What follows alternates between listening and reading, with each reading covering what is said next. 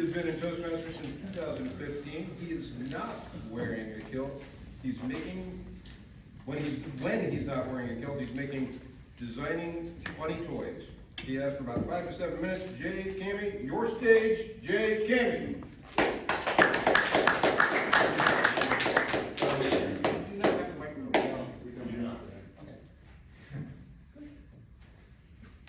About 10 years ago, I was stymied by my lack of money.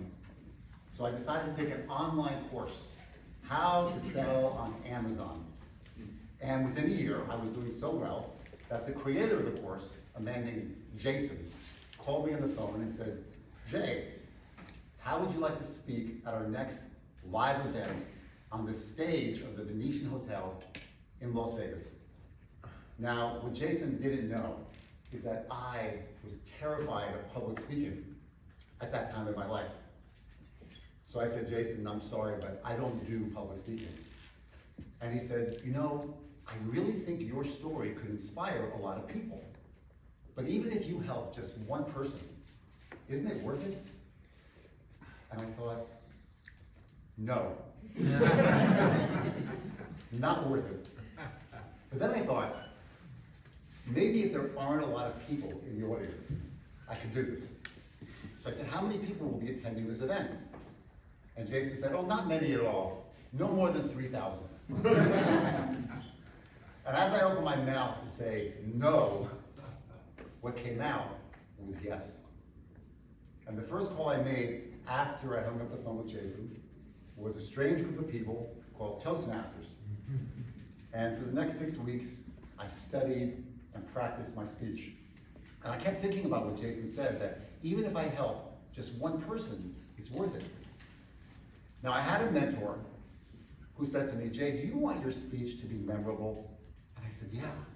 He said, do you want to stand out? I went, yeah. He goes, do you want to be amazing? I went, yes, I want to be amazing. He said, wear a kilt.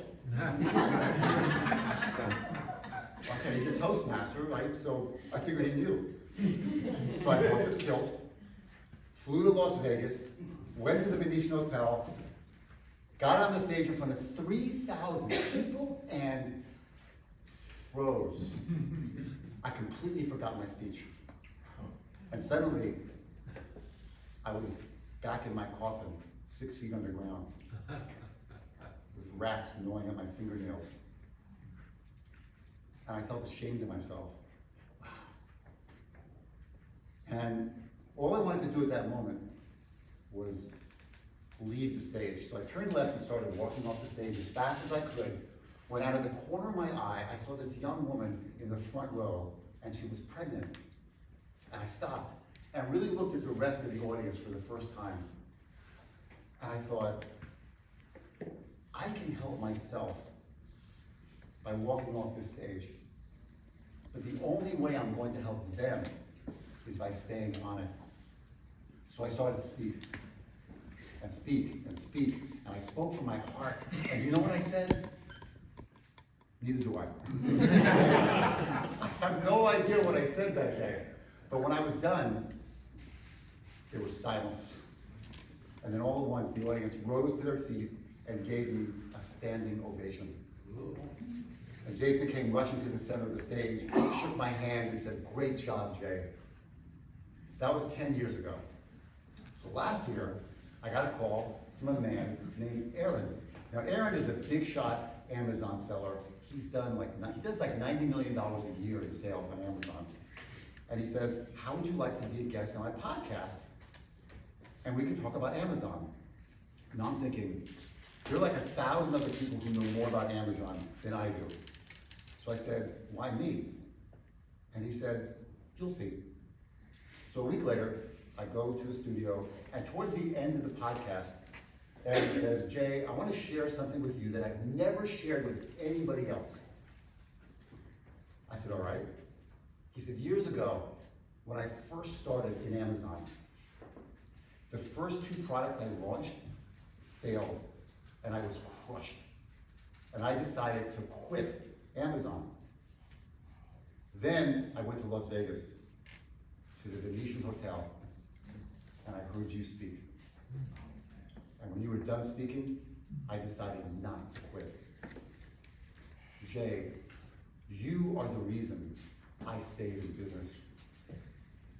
And I'm thinking, wow, I really am amazing. Then he said, Jay, I remember you on the stage, speaking, wearing your kilt. And I thought to myself, this guy is successful? Him? Man, if he can do it, I know I can do it. I said, Aaron, I don't know if I've been insulted or complimented here. And he laughed and said, probably a little bit of both. I'm sorry. But here's what I realized. Remember when Jason said, even if you help just one person, it's worth it? Well, now I knew who that person was. You see, Aaron is a philanthropist. He has donated millions of dollars to charities, and he's helped people all across the world. But Aaron only stayed in business because I stayed on that stage. And so I ask you, what is your stage? What's that work? What's that project? What's that endeavor that you're passionate about, that you know can help other people? That is your stage. And if you're ever tempted to quit, remember this. You may temporarily have an easier life if you walk off your stage, but you will permanently change people's lives if you stay on it. And like Jason said, even if you help just one person, isn't it worth it?